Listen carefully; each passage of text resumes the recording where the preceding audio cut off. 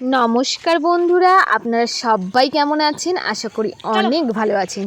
চলে এলাম আজকে নতুন একটি ভিডিও নিয়ে। আজকের ভিডিওটা হলো আমাদের বাড়ি একটা কলা বাগান আছে, সেটাই আজকে কতগুলো কলার কাঁদি পেকেছে সেটাই দেখতে গেছিলাম। তাই ভাবলাম আপনাদেরকেও সেটা শেয়ার করি। এই যে সামনে আমাদের জমি, দেখুন গ্রাম বাংলার পরিবেশটা কিন্তু সব সময় সুন্দর লাগে। আমি যতই শহরে যাই না কেন, আমি আমার গ্রাম বাংলার পরিবেশ বা আমার গ্রামের বাড়িঘরকে আমি সব সময় মিস করি। এখানকার যে অপূর্বতম পরিবেশ, যা অন্য কোথাও মেলে না। সবুজ শাকসবজি থেকে শুরু করে এখানকার পথ ঘাট রাস্তা, হয়তো স্কুল কলেজের একটু সমস্যা আছে, কিন্তু তাছাড়াও এখন কিন্তু গ্রাম বাংলাও অনেকটা উন্নত। আর এই যে দেখুন, আমরা চলে এসেছি আমাদের কলা বাগানে। এখান থেকে আজকে কতগুলো কলার কাঁদি পেকেছে সেগুলোই পারবো। আর এই যে গাছে দেখুন লতানো লতানো যে গাছগুলো হয়েছে, ওগুলোকে কিন্তু কলা সিম বলা হয়। আর এই যে তারও আগে কিছু আমরা তরুলও পেড়ে নিয়েছিলাম। আমি আর বাবা মিলে বলছিলাম, এই যে কলা বাগান, এখানে তো আমরা সব সময় আসি না, এই যে জায়গাটা ফাঁকা রয়েছে এখানে ফলের চারা লাগিয়ে দেবো।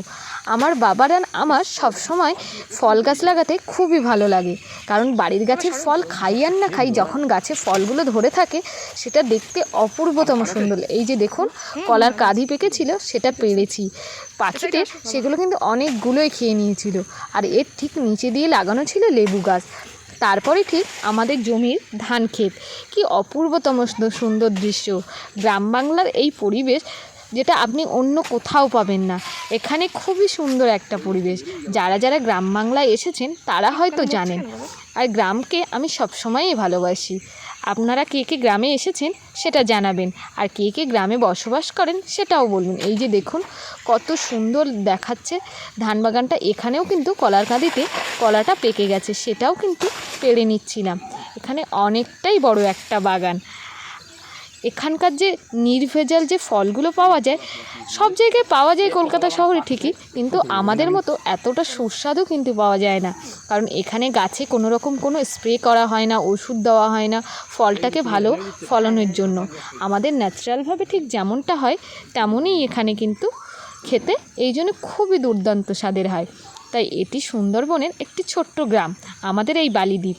এখানে অপূর্ব সুন্দর পরিবেশ। যারা যারা এসেছে তারা সবাই জানে। আর আমাদের এই গ্রাম বাংলা দৃশ্য আপনারা কে কে দেখতে চান সেটা জানাবেন। আর আমাদের এই ভিডিওটা যদি ভালো লেগে থাকে তাহলে আপনারা একটা like comment share and subscribe করে দেবেন। আর আমাদের ভিডিও পাশে থাকবেন, যাতে পরবর্তী ভিডিও আপনার কাছে সবার আগে পৌঁছে যায়। দেখা হবে নতুন কোনো ভিডিওতে। আপনারা সবাই ভালো থাকবেন, সুস্থ থাকবেন। টাটা।